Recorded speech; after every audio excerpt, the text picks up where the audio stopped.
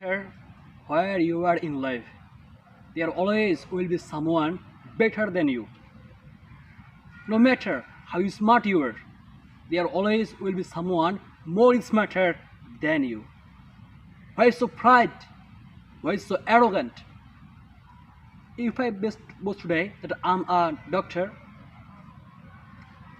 I will say that there are many doctors in our society who are more successful, more knowledgeable, and more respected than me. If I boast that I'm an intelligent person, there are many people around me who are more smarter than me. And there are many people who are less intelligent than me, who are more successful and more happy.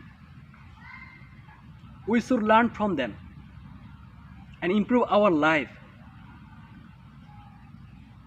People arrogance means stupidity. People arrogance means stupidity.